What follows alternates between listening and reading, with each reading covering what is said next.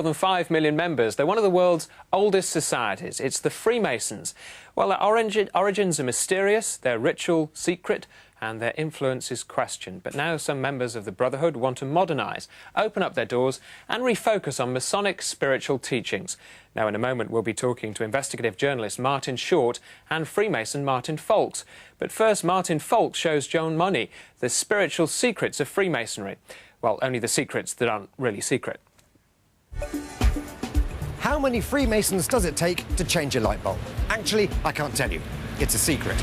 Say Freemasons, and I think of rolled-up trouser legs, dodgy handshakes, and mysterious rituals. I'm not a Mason, but the Grand Lodge in London is open to everyone. Now, this is the entrance to the Grand Temple at Freemasons Hall. Martin Foulkes has been a Freemason since he was 23. He believes the fraternity has had a bad press, and it's time to tip the balance in their favour. A lot of people have speculated about what happens inside a Masonic temple, so I'd like to explain to you exactly what we do. Thank you. Wow. In this Grand Temple, Freemasons take part in a very strange ceremonial ritual in order to be initiated into the Brotherhood. The preparation is rather complex. First of all, you're blindfolded. One of your shoes is taken off, and you've got a slipper. You have your left breast exposed, and you have a noose put around your neck.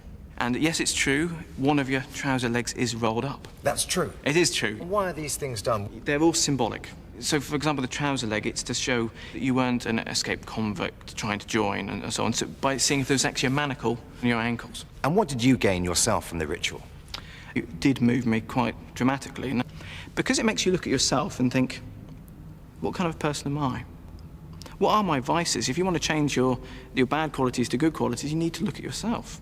So, Freemasonry, they claim, is about virtue, but not, it seems, about revealing the whole truth. Are you allowed to show me the handshake? No. You're just not? just like you wouldn't want to show me your PIN number. If I break my word and show it to you, what's my word worth? Freemasonry of legend dates back to medieval Knights Templar. What we know for certain is that the first Grand Lodge was formed in England in 1717 as a trade association for stonemasons. Originally it was about building physical buildings. Now it's about building yourself into the most honourable and virtuous person you can be. It's about self-improvement, really. But should we believe Freemasons are completely on the level? In the 80s, there were several investigations into the corrupting influence of Freemasonry within the police force. Today, all judges and police officers are obliged to declare membership. This is Toy Kenning in Spencer, where they've sold masonry regalia for over 300 years. They used to have shutters at the window so no one could see inside. The only other stores who do that are of a slightly more dubious nature down the road in Soho. This is where Freemasons get to dress up. The must-have buy is an apron. Can I come round here? Yes, of course. Thank you. So, this is the apron. Can I try one on? One of these aprons. Would you mind? I just want to see what it's like to wear a Masonic apron. So really you would put it around there and do it up, and that's how you wear it. Yep. And so what else goes with this? With this you would need a pair of white gloves. May I? What's the significance of the white gloves? Some say it's because people's hands can't be seen, so you wouldn't know whether the guy next to you digs roads or is a brain surgeon. You all look the same. Could be a mime artist. You could be a mime artist. Or a snooker referee. It would tell. It would tell. Also in store is the latest controversial Freemasons book by best-selling author Robert Lomas. You have the most wonderful claim to fame. Apparently, the character of Robert Langdon in the Da Vinci Code is based on you. Yes, it The same initials, a very similar CV. You both drive the same car, so I understand? Yes, and it does wonders for my street cred with my undergraduates. But, we've been taught by Robert Langdon.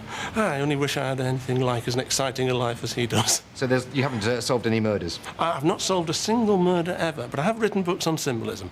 You're the first person, I understand, to have revealed the rituals, written it all down in a book, not only describing what happens, but also what it feels like. How come that's never happened before? I think people have been afraid of doing it, because in the past there's been a lot of exposés done from people who weren't Freemasons, trying to reveal that there is a dark, hidden mystery, a deep evil at the middle of it. There isn't an evil. there's actually a force for good. What's been the reaction from the more traditional Masonic fraternity? I've had a few grumpy responses from the more wrinkly brethren, but I think if Freemasonry doesn't become more open, it will be the author of its own destruction and it will be its own fault. Some people see the Freemasons as being slightly sinister. Is that fair? I suppose we could be considered rather sinister. I mean, if you look at the sort of things that we wear and the sort of symbols that we wear, then perhaps we are a little bit odd. But I don't think we're actually spooky. The rituals are obviously deeply personal. Is it a religion? It's not a religion. Provided